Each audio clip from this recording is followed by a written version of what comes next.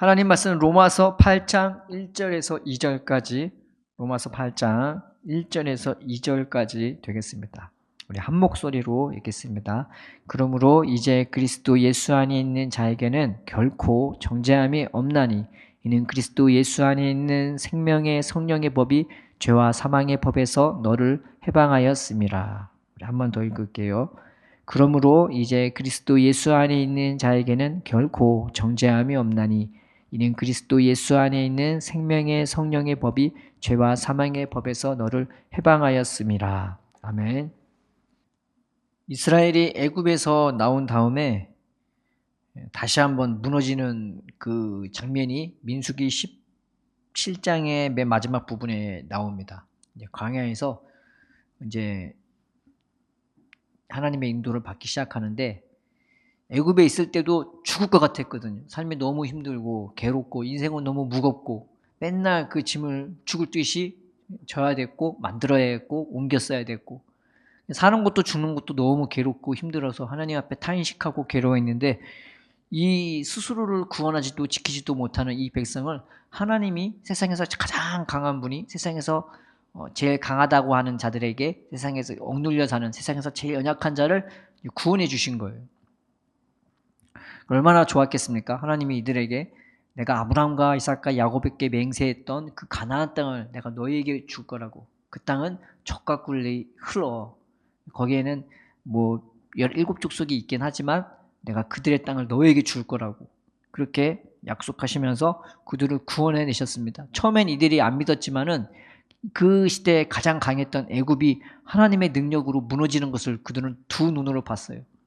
자기 힘으로 구원하는 게 아니고 무슨 계략을 써서 준비해서 그랬던 게 아니라 하나님이 친히 그들과 함께 해주시면서 그들을 구원해 주셨죠. 그래서 다시는 이제는 슬픔 끝, 걱정 끝, 고난 끝, 이제는 기쁨 가득 행복만 가득할 줄 알았는데 그들은 광야에 들어가서부터 이제 하나님 앞에 원망하고 탄식하기 시작했습니다. 그래서 툭하면 했던 말이 우리를 굶어 죽이려고 일로 데려왔냐고, 우리를 목말라 죽게 하려고 이 땅으로 데려왔냐고, 우리를 이 땅에서 그냥 이 광야에서 살다가 죽게 하려고 여기를 데려왔냐고. 그는 끊임없이 주님 앞에 원망하고 절규하고 그랬었습니다. 그런데 하나님이 그럼에도 불구하고 그들을 붙들어 주시고 돌봐주시고 율법을 주시고 그들과 언약을 체결해 주시면서 이제 그들이 그 언약을 우리가 지키겠다고, 우리가 그 언약대로 주님의 말씀 잘 듣고 주님 뜻대로만 살겠다고 그렇게 약속을 하고 이제 하나님이 이들에게 한 걸음 한 걸음 인도해 주려고 하는데, 근데 이게 생각같이 이 광야길을 그들이 가지를 못하는 거예요.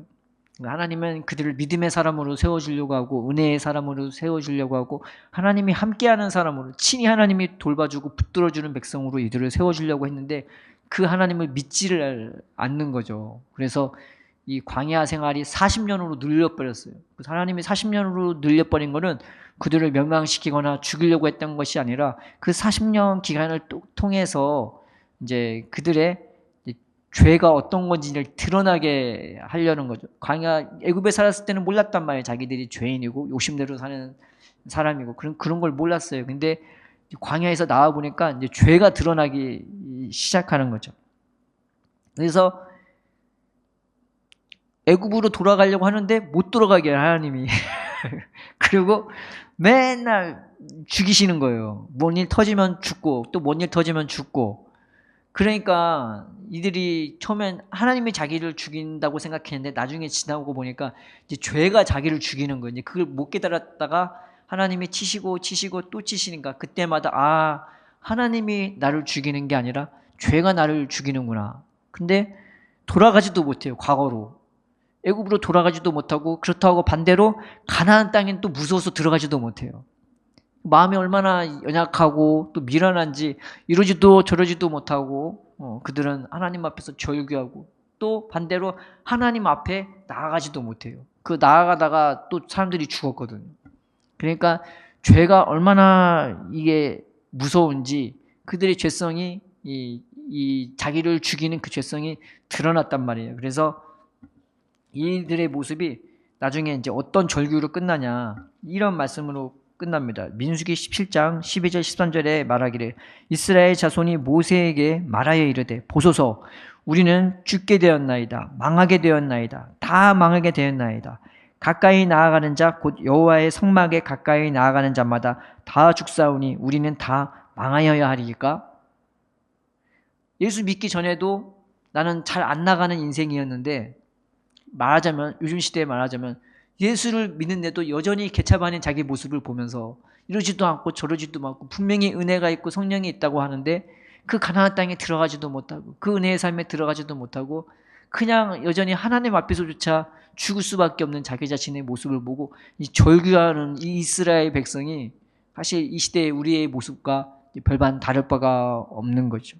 세상에서 잘 나가면 좀 덜 하겠죠. 세상에서 내가 좀 힘이 있고 능력이 있고 좀 내가 돈을 좀 벌고 좀 권력이 있고 내 땅이 있고 내 건물이 있으면은 이런 걸 좀 덜 할 거예요. 그런데 세상에서도 나는 별 볼 일 없는데 하나님 앞에서조차 내가 별 볼 일 없는 인생이며 난 죽을 수밖에 없는 인생이면 이 굉장히 괴롭단 말입니다. 나한테 소망은 하나님밖에 없는데 그 하나님 앞에서조차 나는 별 볼 일 없는 모습이라면은 정말 우리는 괴로울 수밖에 없고 탄식할 수밖에 없는 것입니다.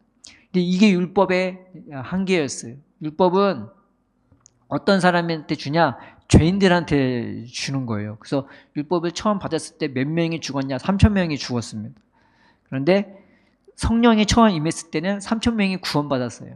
그리고 율법이 임한 다음에 하나님의 진노가 임했어요. 율법이 나타나니까 죄가 드러나기 시작하는 거죠. 그때부터 하나님이 진노하셔서 죄 지을 때마다 죽어나가기 시작하는 거예요. 그런데 예수님의 은혜가 나타났을 때는 성령의 역사하시고 나서 3,000명이 구원받고 나서요. 그때부터 생명의 역사가 계속 일어나기 시작하는 거예요. 죄가 만연한 그 세상 가운데서 하나님이 친히 그들을 구원하시니까 날마다 살아나는 역사가 일어났다는 것입니다. 그러니까 우리가 이 말씀을 보면서 오늘은 하나님이 우리를 어떻게 붙들어 주시는지, 예수님 안에서 우리를 불렀다는 게 어떤 의미인지, 그리고 이런 절규와 괴로움에서 하나님이 우리를 어떻게 구원해 주시는지 이 말씀을 통해서 이제 보고자 합니다. 그러니까 첫 번째 명심할 것은, 먼저는 하나님은 천지 창조할 때 보면요, 천지 창조할 때 세상이 어둡고 깜깜하고 흑암 밑에 있었단 말이죠. 말하자면 세상은 이게 없었던 게 아니라 있었는데 이 어떻게 손댈 수 없는 그냥 카오스 상태였습니다. 말하자면 내가 건물을 짓고자 하는데 거기에 그냥 공업 뭐라고 하죠? 빈 땅, 공터에 짓는 게 아니고요. 마지막 거기는 폐허가 가득한, 쓰레기가 가득한 거길로 하나님이 천지창조를 집을 지으신 것입니다.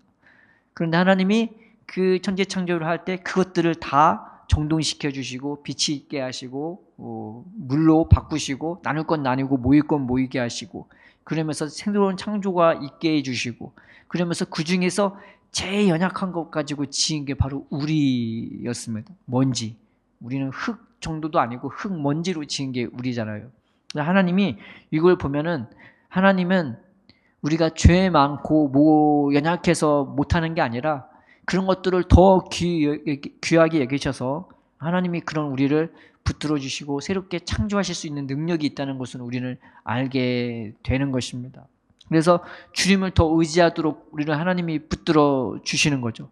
또 하나 볼 것은, 출애굽을 보면은 하나님이 이스라엘을 구원하실 때 이스라엘이 세상에서 제일 연약한 민족, 제일 적은 민족이었습니다. 하나님이 그 백성을 불쌍히 여기시고 긍휼히 여기셨습니다. 그래서 하나님은요, 특징이 뭐냐면은 내가 똑똑하고 잘나면 주님은 잘 안 나타나서, 근데 제일 연약하고 내가 미련한 존재인지 깨닫게 될 때 하나님은 그때 희한하게 일하시기 시작하시고 자신의 능력을 베풀기 시작하는 것입니다. 그래서 이스라엘이 하나님의 은혜를 받기 시작했을 때 그들의 모습이 하나님 앞에 의로웠냐? 전혀 아니었습니다.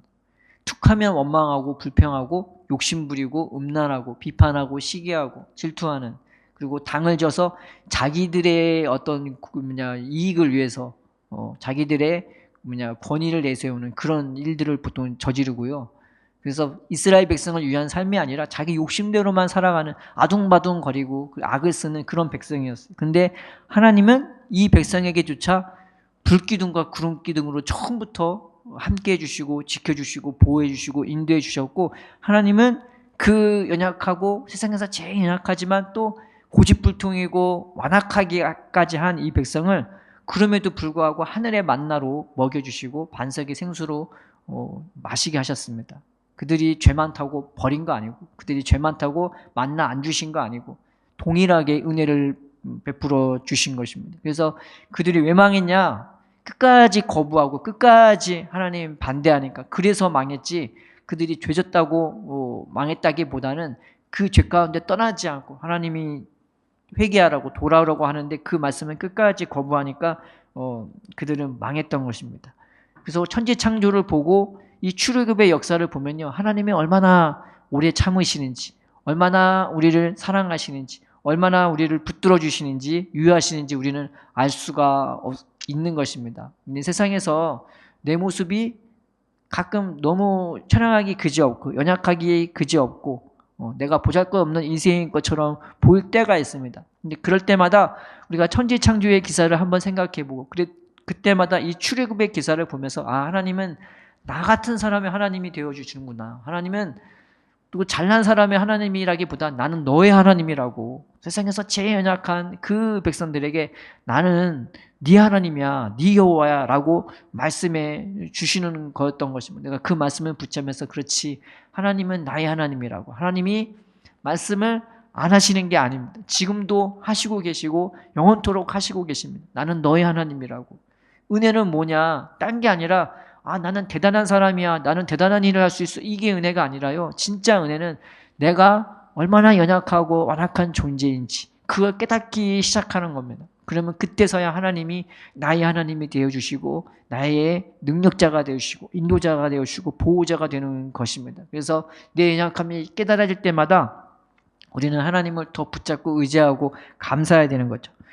내가 나 자신이 초라하고 연약하고 아무것도 아닌 것 같이, 나는 뭐 이것밖에 안 되는데, 나는 은혜도 하나님 앞에서조차 나는 이것밖에 안 돼 라는 생각이 들 때, 그리고 이런 절규가 들 때 우리가 또 하나 바라봐야 할 것은 뭐 여러 가지가 있지만 또 하나 바라봐야 할 것은 바로 십자가인 것입니다. 근데 우리는 십자가를 나를 위해서 예수님이 못 박혀 죽었다고 우리는 알고 있죠. 근데 로마서 5장 8장에 뭐라고 나와 있냐면은, 우리가 아직 죄인 되었을 때 그리스도께서 우리를 위하여 죽으심으로 하나님께서 우리에 대한 자기의 사랑을 확증하셨다고. 내가 뭐 깨달았을 때 주님이 나를 위해 죽은 거 아니고, 여전히 세상 가운데 살고 여전히 죄 가운데 살고 여전히 죄에 눌려 살거나 죄와 동행하면서 악하게 살아갈 때, 그럼에도 불구하고 예수님은 나 같은 사람들 위해서 십자가 못 박혀 죽었다는 사실을 이제 기억해야 하는 것입니다. 그래서 우리는 십자가를 바라보면서, 저희 십자가 많잖아요. 여기 앞에도 십자가고, 십자가를 바라보면서 예수님이 나를 위해서 죽어주셨구나, 예수님은 여전히 나를 사랑하시는구나, 나를 아끼시는구나 라고 우리는 주님을 바라보고 의지할 수가 있는 것입니다. 그 예수님이요, 지금 십자가에서 죽어서 한 번 끝나는 게 아니라 그와 같은 사랑을 지금도 우리에게 베풀고 있다는 것을 우리는 또 기억해야 되는 거죠. 주님은 하늘에 올라가셨지만은 성경에 뭐라고 나와 있냐면, 우리에 대한 모든 것을 예수님께 다 맡겼대요.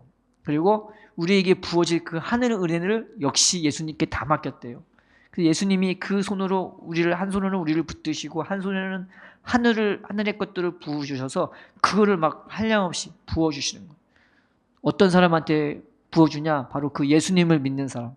나 같은 사람도 사랑해 주시고, 나 같은 사람도 용서해 주시고, 나 같은 사람을 위해서도 자신의 그 살과 피를 아낌없이 고난당하시고 피 흘리시고 다 갖다 뿌리시고 부어주시는 그 예수님을 우리가 믿고 의지해야 되는 것입니다. 하나님은 바로 그런 자들을 살피십니다.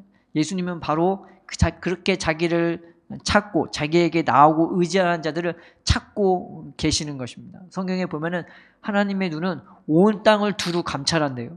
두루 살펴서 온전히 자기를 바라보고 의지하는 그 사람을 찾아내신대요.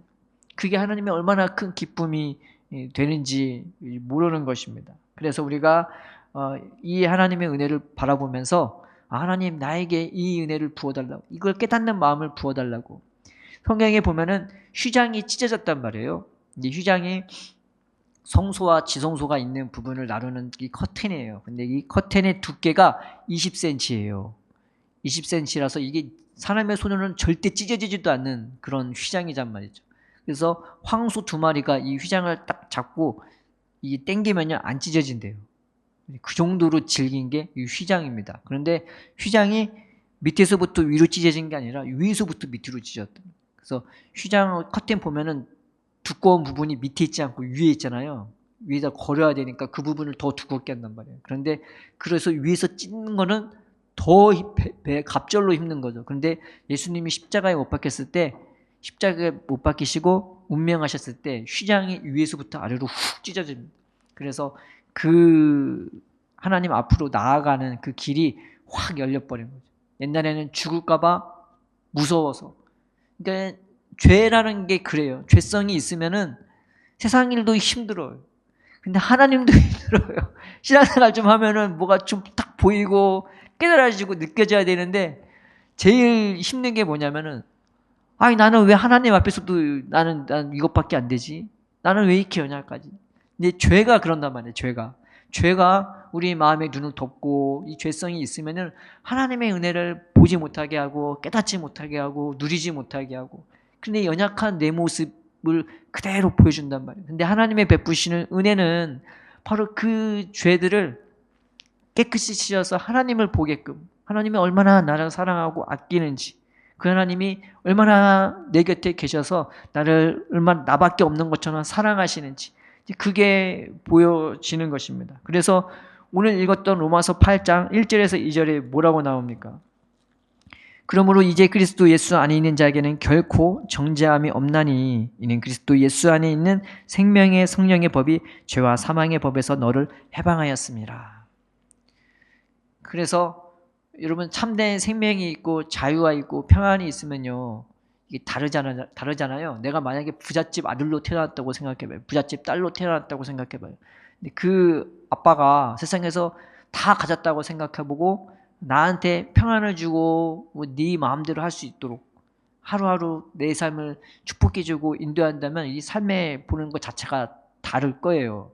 근데 하나님이 그렇단 말이죠. 하나님이 내 아버지시고 나와 함께 하시고, 그리고 이 세상 것은 잠깐이고, 그리고 하나님이 나한테 저 영원한 삶에서 살기 위한, 말하자면은 왕자의 수업, 공주의 수업을 이 땅에서 하게 한다면 이 땅의 삶은 완전히 다르단 말이에요. 그래서 이 은혜가 열려서 내 마음의 눈이 열려지면요, 이게 세상 삶도 그렇고 신앙적인 삶도 그렇고 완전히 달라지는 것입니다. 하나님은 은혜로만 나를 다스려 주세요. 그냥 사랑으로만 다스려 주십니다.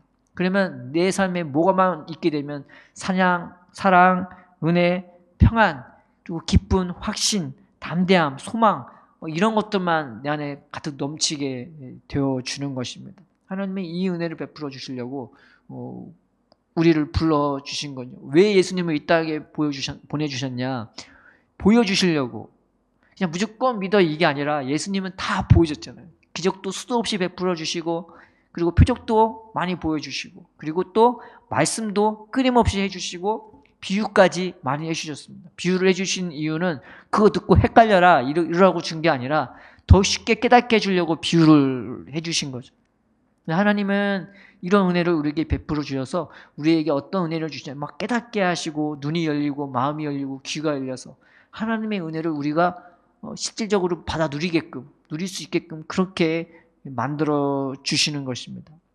그래서 우리를 은혜로만 다스려 주시고 어떤 막 이 부정적인 생각, 부정적인 마음으로 우리를 다스려 주시는 게 아닌 것입니다. 그래서 내 삶이 나 스스로 초라하게 느껴질 때, 나 스스로 연약하다 느껴질 때 나는 그냥 이대로 살아야지 이게 아니라 그때마다 우리가 말씀으로 예수님의 십자가 의지하고 천지창조하신 그 하나님을 의지하고 이스라엘을 그 출애굽에서 그 강팍하고 완악하고 고집스러운 그 이스라엘 백성을 40년 동안 참으시고 그렇게 인도하시는 그 주님 바라보면서 또 십자가에서 자기를 찌르고 못 박고 침 뱉고 예수님은 그런 자들을 위해서도 못 박아 주신 거거든요. 그런 사람들을 위해서도 자기를 괴락으로 모략으로 그렇게 버리신 대제사장 바리새인들을 위해서도 예수님이 십자가에 못 박혀서 그들을 위해 기꺼이 피 흘려 주신, 우리의 상상을 뛰어넘는 그 사랑과 은혜가 있으신 분이십니다. 우리가 예수님이